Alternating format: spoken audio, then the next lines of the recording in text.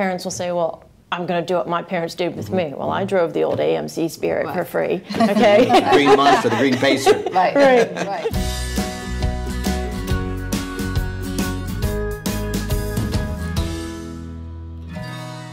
So we've all heard the story about the kid who came home and said, Mom, I've got to have an iPhone 5, 7, 12, 10, 15, whatever. What's going on with kids today? They seem to come across as so entitled to the latest technology, the latest gift, the latest everything. What are we doing as parents? How can we help kids? What's going on here?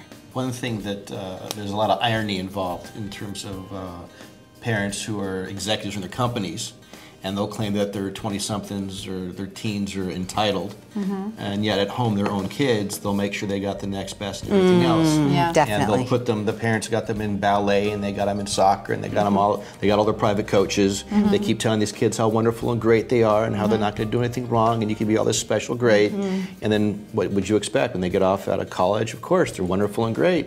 So by the time they get into the workforce, why wouldn't they be wonderful and great? Why wouldn't they be entitled? Because we've created that situation. And that's based on parenting styles and different generational pieces in terms of trying to protect our kids and make sure they're wonderful and special. It is okay to get a C. Yeah. You know, it is okay to be average. It's okay to be average. You pretty much all are. What parents can allow their kid to be average? Well, it's a great question. It's a great question. Our kids are amazing and great. My little precious bundle is as sweet as can be. Well, going back to the phone example, that can cause huge problems in a family that's been divorced and or remarried. Yeah. You know, I personally, in my situation with my kids, I feel like they should buy their own cars. And going back to what you said, where parents will say, well, I'm going to do what my parents did with me. Well, I drove the old AMC Spirit for free, okay? The green monster, the green pacer. Right. So I'm thinking, all right, my kids are going to, you know, get their own car. And if it's a beater, all the better, because that will teach them to take care of it and earn the car they want. And then I got a bomb dropped on me when my son said, oh, Dad's giving me his car. What do you do when your 20-year-old says, Dad's giving me his car? It's like totally against anything you ever wanted, what you were planning, whatever. As a parent, I can say that it is hard to watch your child struggle. I have to hold myself back and know that I am building some strength there that's internal, but it's hard to do. And I think it starts earlier. I mean, you're talking about teens, but it also starts earlier in the elementary school level, where they're taught everything has to be fair and even and equal, and that isn't real life. Right. You know, everyone doesn't get the same blue paper. You know, some people get red, some papers are ripped.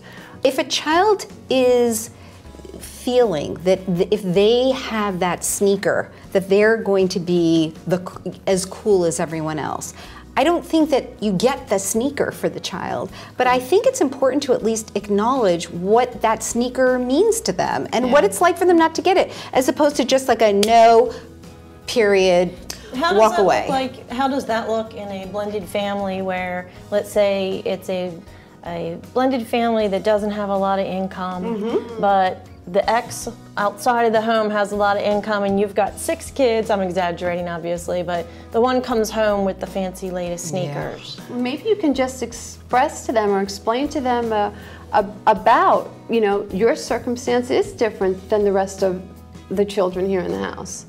It doesn't, I don't love and it doesn't, and it's tough. But again, you're still acknowledging their feeling, and you're still or you develop recognizing. a plan. This is important to you. I think that's great. Let's come up with a plan to figure out what it is we can do to help you get that.